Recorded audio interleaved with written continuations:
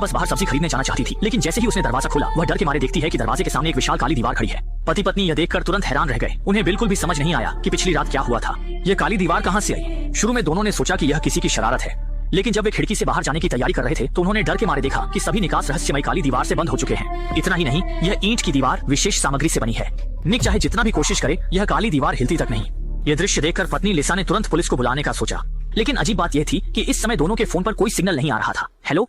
जब वे पूरे घर में सिग्नल खोज रहे थे, निक ने एक अजीब बात देखी। उसने देखा कि जैसे ही इलेक्ट्रॉनिक उपकरण काली दीवार के पास आते हैं वे प्रभावित होते हैं।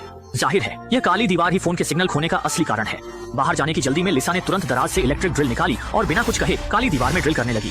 लेकिन दोनों के लिए चौंकाने वाली बात यह थी कि चाहे वे कितनी भी कोशिश करें, ये काली दीवार बिल्कुल भी क्षतिग्रस्त नहीं हुई। अविश्वासी दंपति ने बारी बारी से ड्रिल की, लेकिन भले ही ड्रिल बिट से चिंगारियां निकलने लगी, यह काली दीवार फिर भी पूरी तरह से सुरक्षित रही। मजबूर होकर उन्होंने ड्रिल के पास की दीवार को ड्रिल किया, लेकिन परिणाम ने उन्हें निराश कर दिया। उनकी दीवार के बाहरी हिस्से को पूरी तरह से रहस्यमयी काली दीवार ने घेर लिया था। दोनों यह देखकर तुरंत हैरान रह गए। इतनी बड़ी मात्रा में काम एक रात में कैसे पूरा हुआ। लेकिन इसी समय पड़ोसी के घर से आवाज आई, जिससे दोनों को उम्मीद की किरण नजर आई। आवाज सुनने का मतलब था कि यह दीवार काले ईंटों से बंद नहीं हुई थी। जैसा कि उम्मीद थी, इलेक्ट्रिक ड्रिल के नीचे उन्होंने जल्दी से इस दीवार को तोड़ दिया और पड़ोसी दंपति से मिल गए। थोड़ी बातचीत के बाद उन्हें पता चला कि वे भी काली दीवार से घर में फंसे हुए थे। कोई नहीं समझ पा रहा था कि यह काली दीवार कहां से आई और इसके पीछे असली मकसद क्या था। और भी बुरी बात यह थी कि समय के साथ घर की पानी की आपूर्ति भी बंद हो गई थी, और पानी की आपूर्ति खोने का मतलब यह था कि वे जल्द ही प्यास से मर जाएंगे। यह स्थिति देखकर निक गुस्से से भर गया और उसने फोन उठाकर काली दीवार पर फेंक दिया। लेकिन इस हरकत से उसे एक नई खोज हुई। टूटे हुए फोन के पुर्जे काली दीवार पर चिपक गए। क्या यह काली ईंटें चुंबक से बनी हैं? अपने विचार की पुष्टि करने के लिए उसने तुरंत बड़ी मात्रा में लोहे की वस्तुएं निकाली और पूरी काली दीवार पर समान रूप से फैला दी। थोड़ी कोशिश के बाद उसने पाया कि काली दीवार में वास्तव में एक रहस्य छिपा था, और वह यह था कि काली दीवार की चुंबकीय शक्ति अलग अलग थी। शायद काली दीवार का रहस्य इन 4 सबसे मजबूत चुंबकीय बिंदुओं में छिपा था। लेकिन जैसे ही दोनों सोच रहे थे, दीवार पर लोहे की वस्तुएं अचानक हिलने लगीं। शुक्र है कि निक ने तेजी से प्रतिक्रिया दी और समय पर अपनी पत्नी को चोट से बचा लिया, लेकिन दुर्भाग्य से उसकी पीठ पर लौटे हुए लोहे के टुकड़े से चोट लग गई। मजबूरी में उसने पहले अपनी पत्नी से अपने घाव को बांधने के लिए कहा। थोड़ी देर आराम करने के बाद दोनों ने पड़ोसी के घर की ओर जाने वाले छेद को बड़ा करना शुरू किया। सोच रहे थे कि ज्यादा लोग मिलकर ज्यादा ताकत लगाएंगे। उन्होंने तय किया कि वे वहां जाकर उनके साथ मिलकर भागने की योजना बनाएंगे। लेकिन इस समय पड़ोसी दंपति भी रहस्यमयी काली दीवार के सामने असहाय थे। यह महसूस करते हुए कि वे अब और इंतजार नहीं कर सकते, निक ने चारों ओर उपयुक्त उपकरण खोजने शुरू किए। अंत में उसने पड़ोसी के घर में एक बड़ा लोहे का हथौड़ा पाया। उसने काली दीवार पर मारना शुरू किया, लेकिन उसके हाथ सुन्न हो गए और सामने की काली दीवार फिर भी हिली नहीं। जाहिर है यह काली दीवार इतनी मजबूत थी कि वे कल्पना भी नहीं कर सकते थे। अब बल प्रयोग करना बेकार था। इस समय वास्तुकार लिसा को अचानक कुछ याद आया। असल में इससे पहले उसने पता लगाया था कि यह अपार्टमेंट 1997 में बनाया गया था और द्वितीय विश्व युद्ध के दौरान इसके नीचे एक बंकर बनाया गया था जो मेट्रो सिस्टम से जुड़ा था। इसलिए लिसा को यकीन था कि अगर वे नीचे की ओर खुदाई करते रहेंगे तो वे निश्चित रूप से बंकर तक पहुंच जाएंगे और वहां से बाहर निकल जाएंगे। इस उपाय को कारगर समझते हुए इस समय वे पानी और भोजन से वंचित हो चुके हैं। अगर वे समय पर बाहर नहीं निकले तो सभी यहाँ फंसकर मर जाएंगे। जल्दी ही फर्श में एक बड़ा छेद कर दिया गया। आधे दिन तक यह सुनिश्चित करने के बाद कि नीचे कोई नहीं है, निक चादर के सहारे नीचे उतर गया। लेकिन जैसे ही वह आसपास की स्थिति का जायजा ले रहा था, एक गंभीर रूप से बीमार बुजुर्ग हाथ में बंदूक लिए बाहर आ गया। बुजुर्ग ने सोचा कि निक उसकी सामग्री चुराना चाहता है, इसलिए उसने उसे तुरंत वापस जाने की धमकी दी, क्योंकि अब की स्थिति जैसे कि दुनिया का अंत हो, केवल सामग्री ही सबसे महत्वपूर्ण है। हालांकि निक लगातार सब कुछ समझाने की कोशिश कर रहा था, लेकिन बुजुर्ग कुछ भी सुनने को तैयार नहीं था। सौभाग्य से इस समय बुजुर्ग की पोती बाहर आ गई और समय पर बुजुर्ग को बंदूक नीचे रखने के लिए मना लिया। कुछ बातचीत के बाद बुजुर्ग ने कुछ लोगों के भागने की योजना में शामिल होने के लिए सहमति दे दी। बुजुर्ग की अनुमति मिलने के बाद कुछ लोग बिना कुछ कहे फर्श को तोड़ने लगे। हालांकि इस समय निक ने अचानक ध्यान दिया कि अभी तोड़ा गया धुआं सेंसर कुछ असामान्य लग रहा था। लेकिन जब उसने इसे खोला तो उसने पाया कि अंदर एक कैमरा छिपा हुआ था। संदेह के साथ उसने बुजुर्ग से पूछा, क्या यह कैमरा उसने लगाया है? हालांकि बुजुर्ग भी इस बारे में अनजान था। वह केवल इतना जानता था कि ये सब मकान मालिक ने लगाया था। अपने मन की धारणा को सत्यापित करने के लिए निक ने तुरंत रसोई के धुआं सेंसर को भी खोल दिया। जैसा कि उम्मीद थी, अंदर भी एक कैमरा लगा हुआ था। ये दृश्य देखकर सभी को एहसास हुआ कि शायद ये पूरी तरह से एक बंदरों की नाटकबाजी है। मकान मालिक ने जानबूझकर एक काली दीवार बनाई जिससे इन लोगों को यहाँ फंसा दिया, और मकान मालिक और पर्दे के पीछे के अमीर लोग निश्चित रूप से मॉनिटर के सामने इन लोगों का मजाक देख रहे होंगे। जब उन्हें पता चला कि मकान मालिक बगल में ही रहता है तो सभी ने तुरंत रसोई की दीवार को तोड़ दिया, मकान मालिक से जवाब मांगने का इरादा किया। हालांकि जब वे मकान मालिक के घर में पहुंचे तो उन्होंने भयभीत होकर देखा कि मकान मालिक पहले ही खून के तालाब में गिरा हुआ था, और अजीब बात यह थी कि उसके दोनों हाथ गायब थे। इस अजीब मौत ने तुरंत सभी को आतंकित कर दिया। लगता है कि इसके पीछे की सच्चाई कुछ असाधारण है।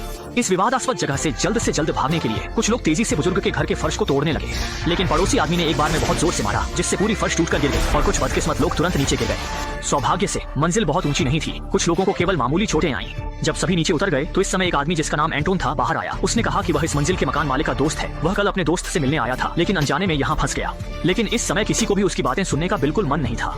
तत्काल आवश्यकता थी, वे केवल यहाँ से बाहर निकलना चाहते थे। लेकिन यह सुनकर एंटोन हंस पड़ा और बेहिचक बोला कि बाहर जाना भी मौत का रास्ता है। फिर उसने सभी को बताया कि वह उच्च तकनीक वाली काली दीवार वास्तव में हमारी सुरक्षा के लिए है, क्योंकि कल रात उसने टीवी पर एक खबर देखी थी जिसमें कहा गया था कि एक रहस्यमय वायरस फैल रहा है निवासियों की सुरक्षा सुनिश्चित करने के लिए उच्च अधिकारियों ने सभी को घर में बंद करने के लिए रहस्यमय काली दीवार का उपयोग किया और कहा कि उसका दोस्त वायरस से संक्रमित होने के कारण मर गया। हालांकि एंटोन ने बहुत विश्वास के साथ कहा, लेकिन सभी अभी भी आधे अधूरे मन से उस पर भरोसा कर रहे थे।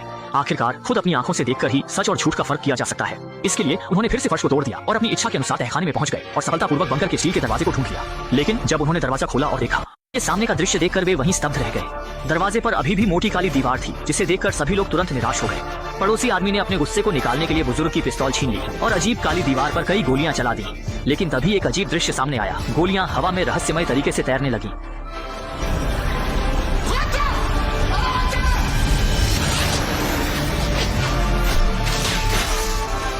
कुछ युवा लोग तेजी से प्रतिक्रिया करते हुए बच गए, लेकिन बुजुर्ग इतना भाग्यशाली नहीं था। उसे वापस लौटती गोली ने सीने में छेद कर दिया। अंततः अत्यधिक रक्तस्राव के कारण उसकी मृत्यु हो गई। इस घटना के बाद सभी ने इन काली दीवारों की भयानकता को समझा और भागने का विचार छोड़ दिया। सौभाग्य से उनका आत्मसमर्पण निक को प्रभावित नहीं कर सका। वह दृढ़ता से मानता था कि मकान मालिक की मौत का संबंध रहस्यमय काली दीवार से है और काली दीवार के पीछे की सच्चाई को उजागर करने के लिए कुछ लोगों ने मकान मालिक के घर लौटने का फैसला किया, ये देखने के लिए कि क्या कोई उपयोगी सुराग मिल सकता है। कमरे में कोई उपयोगी चीज नहीं मिली, लेकिन ध्यान देने वाले निक ने देखा कि मकान मालिक का यह लिविंग रूम उसके ऊपर के लिविंग रूम से काफी छोटा है। वास्तव में उसने खोजबीन के बाद पाया कि एक दीवार के पीछे एक खाली जगह है। इसका मतलब है कि एक छिपा हुआ कमरा है। जब वह इसे खोलने का तरीका खोज रहा था, पड़ोसी आदमी ने एक दराज से एक रिमोट कंट्रोल निकाला। उसने बस इसे बेतरतीब ढंग से दबाया और छिपे हुए कमरे से आवाज आई। स्पष्ट रूप से यही छिपे हुए कमरे को खोलने का नियंत्रक था। लेकिन पासवर्ड क्या था? इस समय निक को अचानक कुछ याद आया। उसने हल्के से रिमोट कंट्रोल पर आटा फूंका और अगले ही पल 4 फिंगरप्रिंट दिखाई दिए और 4 अंकों के केवल 24 संयोजन थे। लगातार प्रयासों के बाद अंततः उन्होंने छिपे हुए कमरे का दरवाजा खोल दिया, जिसमें कुछ कंप्यूटर रखे थे और उन पर सभी निगरानी दृश्य थे। मकान मालिक छिपे हुए कैमरों के माध्यम से सभी निवासियों के घर की स्थिति को स्पष्ट रूप से देख सकता था। जाहिर है मकान मालिक एक विकृत व्यक्ति था जो झांकने का शौक रखता था, लेकिन अब इन बातों पर ध्यान देने का समय नहीं था। तत्काल आवश्यकता थी काली दीवार के रहस्य को समझने की। और जब उन्होंने पिछले निगरानी वीडियो देखे तो सभी ने पाया कि ईंट की दीवार 4 बजे अचानक बिना किसी को खबर हुए प्रकट हो गई थी। निगरानी दृश्य के आगे बढ़ने के साथ निक ने देखा कि पहली मंजिल पर रहने वाला प्रोग्रामर जो एंटोन का दोस्त था, उसने रहस्यमय काली दीवार को खोलने में सफलता प्राप्त की थी। हालांकि निगरानी ने काली दीवार के खुलने का दृश्य नहीं दिखाया, लेकिन लगातार फ्लैशलाइट के बाद दरवाजे की दीवार पर गलियारे की रोशनी का दृश्य स्पष्ट रूप से देखा जा सकता था। लेकिन इससे पहले कि वे खुश हो पाते, निगरानी में एक भयानक दृश्य दिखाई दिया। एंटोन ने अचानक बाहर के दोस्त को खींच लिया और अंततः उसे जिंदा गला घोंट दिया। निक ने महसूस किया कि स्थिति गंभीर है और जल्दी से वापस चला गया, लेकिन तब तक बहुत देर हो चुकी थी। बुजुर्ग की पोती पहले ही मारी जा चुकी थी और पड़ोसी आदमी को भी एंटोन ने बंधक बना लिया था। निक ने देखा और तुरंत एंटोन से लड़ाई शुरू कर दी, लेकिन उसकी कमजोरी के कारण वह जल्दी हार गया। जब एंटोन उसे मारने की तैयारी कर रहा था, पड़ोसी आदमी ने समय पर मदद की, जिससे एंटोन को काबू में किया जा सका। इसके बाद लगातार पूछताछ के बाद एंटोन ने पूरी कहानी बताई। असल में वह और उसके द्वारा मारे गए प्रोग्रामर दोस्त एक टेक्नोलॉजी नैनो कंपनी के लिए काम करते थे। वे रहस्यमय काली दीवारें उनकी कंपनी के उत्पाद थे और कंपनी के पुराने कर्मचारी के रूप में वह अच्छी तरह जानता था कि केवल वायरस या बड़ी आपदा के समय कंपनी इस तरह की काली दीवार को सक्रिय करती है, जिससे निवासियों की सुरक्षा सुनिश्चित होती है। इसलिए वह मानता था कि बाहर कोई वायरस फैल चुका है, लेकिन उसका दोस्त मानता था कि सिस्टम में कोई खराबी है। दोनों अपनी अपनी बात पर अड़े रहे और जब दोस्त हर हाल में काली दीवार को तोड़कर बाहर निकलना चाहता था, तो उसने खुद को फंसने से बचाने के लिए अपने दोस्त की बेरहमी से हत्या कर दी। ये सुनकर सभी लोग गुस्से से भर गए, क्योंकि बाहर निकलने का एकमात्र व्यक्ति भी मारा गया था। जब कुछ लोग नहीं जानते थे कि क्या करना है, तो ऊपर की मंजिल की महिला पड़ोसी ने कुछ देखा। असल में एंटोन के दोस्त ने काली दीवार के फटने के कुछ समय बाद ही रातों रात एक प्रोग्राम लिखा था। ये समझने के बाद कि वही प्रोग्राम काली दीवार को तोड़ने की कुंजी है, निक ने तुरंत सामने वाले के कंप्यूटर से वो प्रोग्राम अपने मोबाइल में डाल लिया। इसके बाद उसने फोन को काली दीवार की ओर किया और जल्दी ही फोन पर चारों ओर प्रकाश बिंदु बटन दिखाई देने लगे।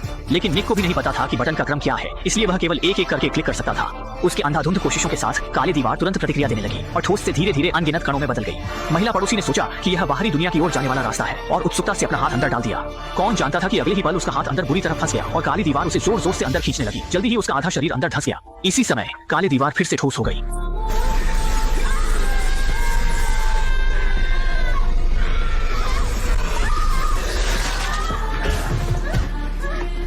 आखिरकार महिला पड़ोसी की मौत टालना संभव नहीं हुआ।